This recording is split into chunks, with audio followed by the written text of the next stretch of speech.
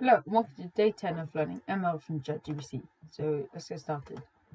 So today was the day 10, but in today's lesson we were supposed to cover regularization techniques, overfitting, underfitting, L1, L2, regularization, and dropout. But we've already done this. We did this where the day 6 lesson was. So I'll just have to explain that to ChatGPT. I've noticed also that ChatGPT has memory now, like it's a new feature.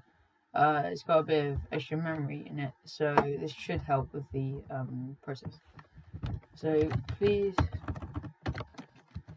give me day 10's lesson.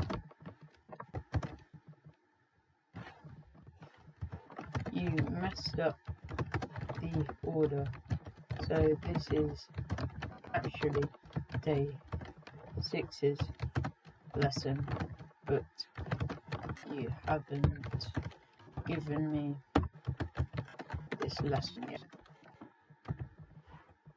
Okay. So please give the lesson that I provided. So I reckon this should be quite interesting. Just like scoring, how well it performs. What do you see early confusion? Day 6, performance metrics. Concepts. When building machine learning models, it is important to measure how well the model is performing.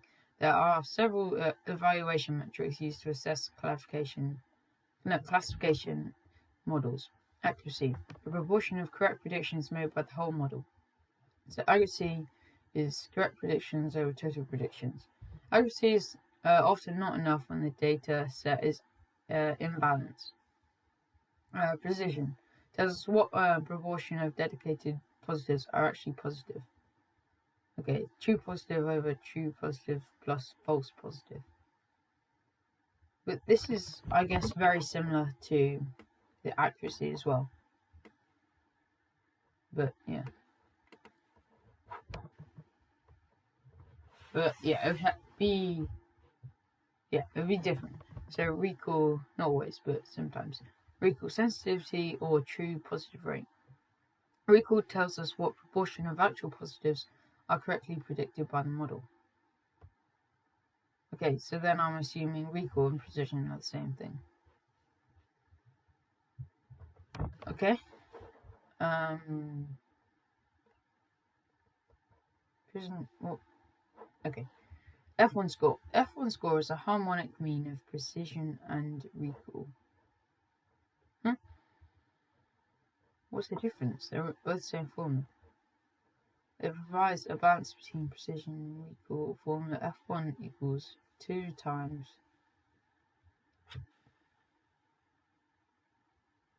okay. So the confusion matrix shows the counts of true positive and false positive, true negative and false negative, helping us evaluate the type of errors the model is making. I think this is called a truth table. Oh no, it is a confusion matrix. Oh my bad. Okay, we'll train a logistic regression model on the iris dataset and calculate accuracy, precision, recall, F1 score, and confusion matrix using scikit-learn. Okay, so like we did yesterday, we're just loading the data into X and Y. So this is really simple with the built-in sklearn. We did scikit-learn. It was built into TensorFlow, but this is the same syntax because I think TensorFlow has just adopted it. So binary classification. Let's only class between. Okay. So we're not doing we won't be using softmax. Okay, so then we're splitting into 80% test, and then 20%. 80% train and 20% test. So then we're catching the logistic regression model. Then we're fitting the X train and Y train. So it's basically training the model on this data. Then prediction equals model.predict X test, and this should give us accuracy score. So assume this is built into scikit-learn. So we have dot metrics. Okay. So then we're going to do precision equals precision score, recall score, F1 score, confusion matrix. So F1 is a combination of precision and recall. However, ChatGPT gave us the same formula for both, but it does make a difference when it was precision dot recall over precision plus recall. So yeah, that'll be different too. Just like them, I assume. Okay, then we just print accuracy, precision recall, and F1 confusion matrix. Okay, this is pretty simple. It's just that instead of using like a TF.sequential model with like a layer, just an output layer, it's just logistic regression. It's just a logistic regression model. So yeah, let's carry on. So assignment, train a logistic model on the full iris dataset, all three classes, and calculate the performance metrics. Okay, so first of all, I'm just going to copy this code into Google Colab.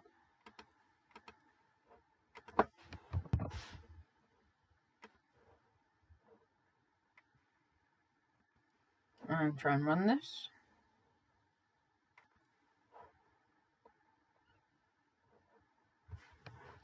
Okay.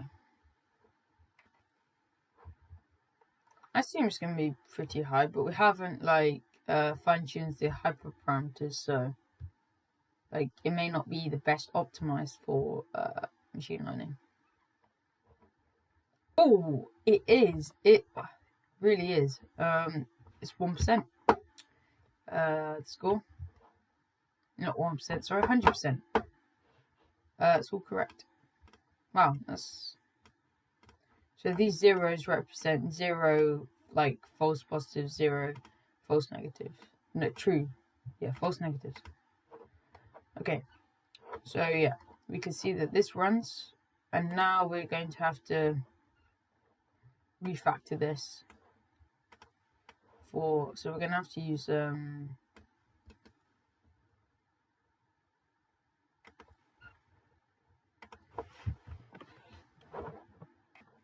okay, so HTML train. Is it as simple as this? We need to one-hot encode them. Or do we? They already like that.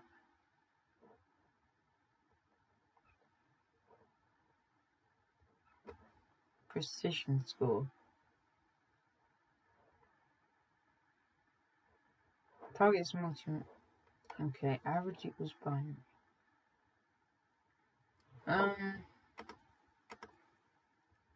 The trouble is with Google Colab, it doesn't show you like the IntelliSense. So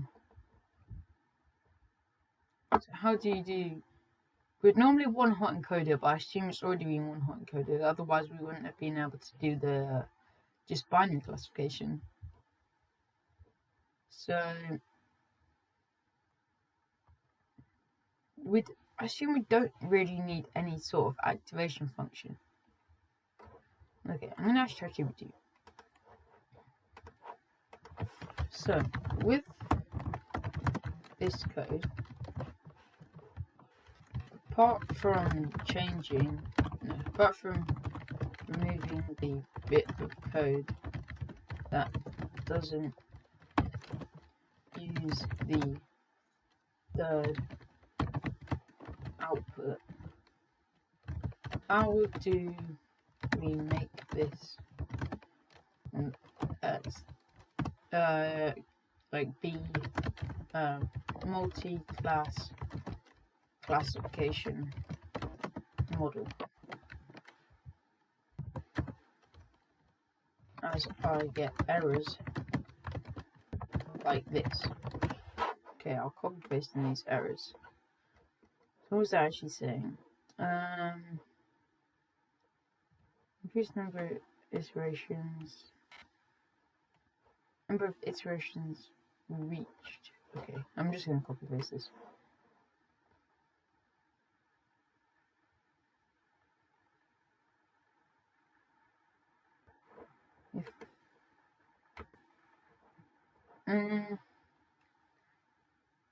So how do we pass in this? This is for classification.py.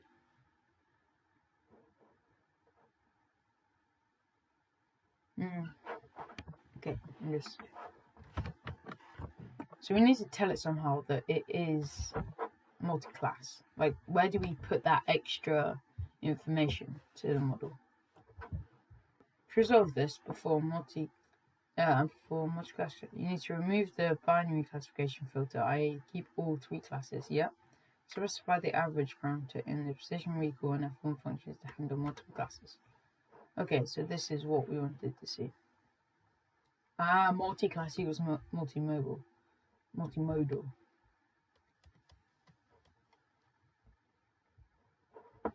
Okay, so I'm interested in why we're LBFGS. The solver works well for small to medium data sets and multi-class problems. Okay, we need to remember that. LBFGS. Max iterations. Okay. Use macro or weighted. Okay, so not for accuracy because we saw that ran fine just without it. And we don't need it for confusion matrix, we just need it for F1 recall and precision.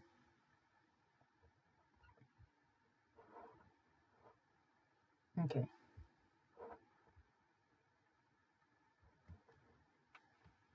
Okay, I'm just gonna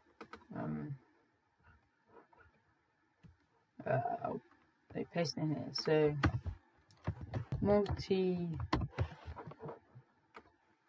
how do you spell it? Multinomial. No. Nomial equals so again we have the multinomial solver. No, my bad. Getting that all confused. Multi-class.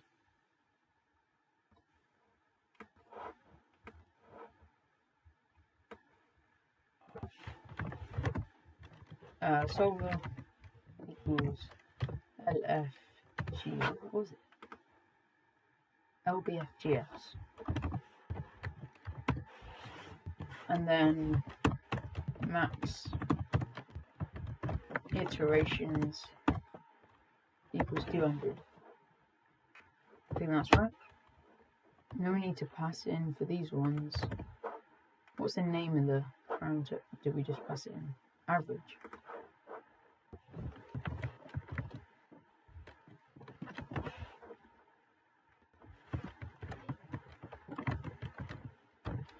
Macro.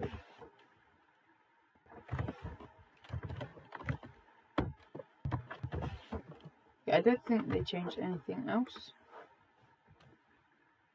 Looks like this is all the same. Auto predict. So we're not passing. Okay.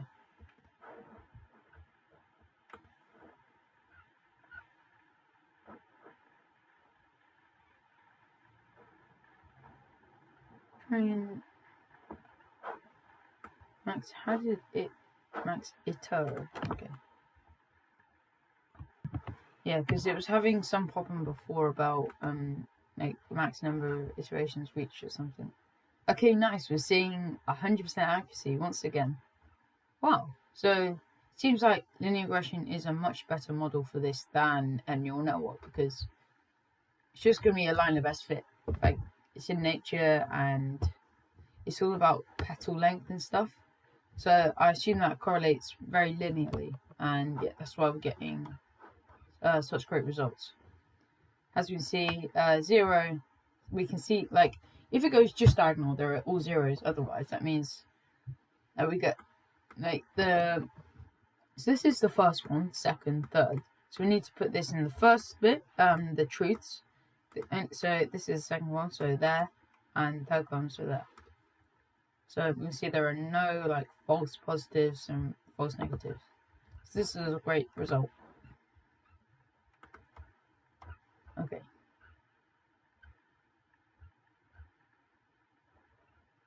Okay, steps. Train the model using scikit-learn's logistic regression. Use this lesson use key metrics. Okay, so I'm just going to reread over this. So, in the scikit-learn model, like logistic regression model, we can pass in multiclass equals multinomial. So this tells it that it's like multi-class classification, so it can like adjust to how it's going to trend the set, I assume, and then solver LBFGS. Okay, LBFGS. What if we just don't have max iteration? I want to see if we can still get.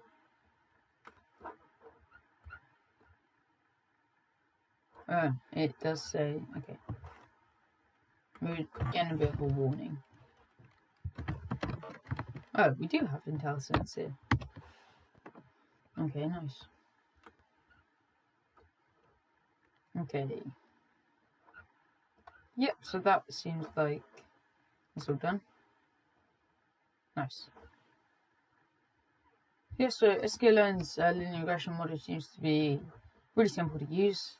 You can, by default, it's binding classification, and we can easily change it to mode classification. The solver, I don't think that's necessary, but it's just better, and like it makes the model faster and more accurate. So just to recap the lesson, so precision, that is total true values over true truths plus false truths. I think that is. Yeah, true positives. Yeah, okay. Then recall's the same, and then F1 is just like precision times recall over precision plus recall. Okay.